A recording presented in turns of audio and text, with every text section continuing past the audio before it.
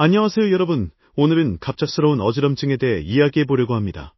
어지럼증 한 번쯤 겪어보셨죠? 세상이 빙글빙글 돌거나 몸이 휘청거리는 그 느낌. 가볍게 지나갈 수도 있지만 때로는 심각한 건강 문제의 신호일 수 있어요. 그래서 오늘은 어지럼증의 원인과 정확한 진단의 중요성에 대해 알아볼게요. 먼저 어지럼증은 왜 생기는 걸까요? 단순히 피로나 스트레스 때문일 수도 있죠. 하지만 하이담 뉴스에 따르면 뇌질환과 연관될 가능성도 배제할 수 없어요. 대표적으로 뇌졸중, 전정신경염, 이석증, 메니에르병 같은 질환들이 있죠. 이런 질환들은 빠른 진단과 치료가 정말 중요하다고 전문가들은 말합니다. 특히 어지럼증이 갑작스럽게 찾아오거나 다른 증상을 동반한다면 주의해야 해요. 예를 들어 심한 두통이나 시력 저하, 말이 어눌해지는 증상이 함께 나타난다면요. 혹은 팔다리가 마비되거나 감각이 이상해진다면 절대 가볍게 넘기지 마세요.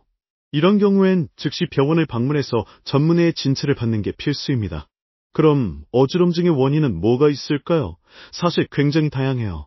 나이 들면서 생길 수도 있고 스트레스나 수면 부족도 큰 영향을 미치죠.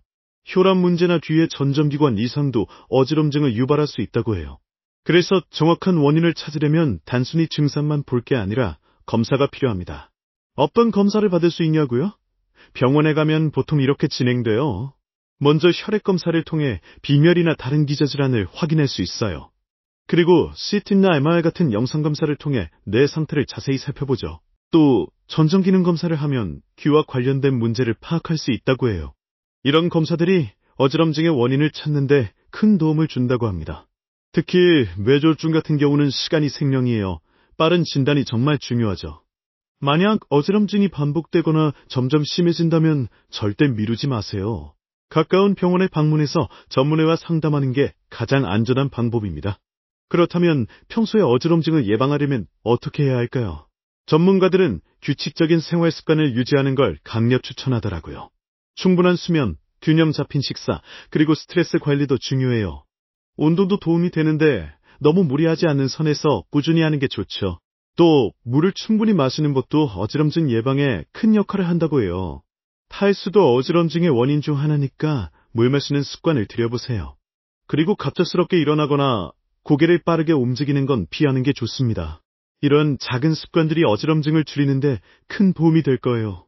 하지만 무엇보다 중요한 건 증상을 가볍게 여기지 않는 마음가짐이에요.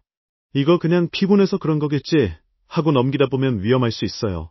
특히 나이 드신 분들이나 고혈압, 당뇨 같은 만성질환이 있는 분들은요, 꼭 정기적으로 건강검진을 받고 이상 증상이 있으면 바로 병원을 찾으세요. 자, 오늘은 어지럼증과 그 뒤에 숨은 뇌질환 가능성에 대해 알아봤어요. 어지럼증은 단순할 수도 있지만 때로는 큰 병의 신호일 수 있죠. 그러니까 증상이 생기면 설마 하지 말고 전문의의 도움을 받으세요. 정확한 진단이 여러분의 건강을 지키는 첫걸음이라는 걸 잊지 마세요. 여러분, 오늘 영상 도움이 되셨나요?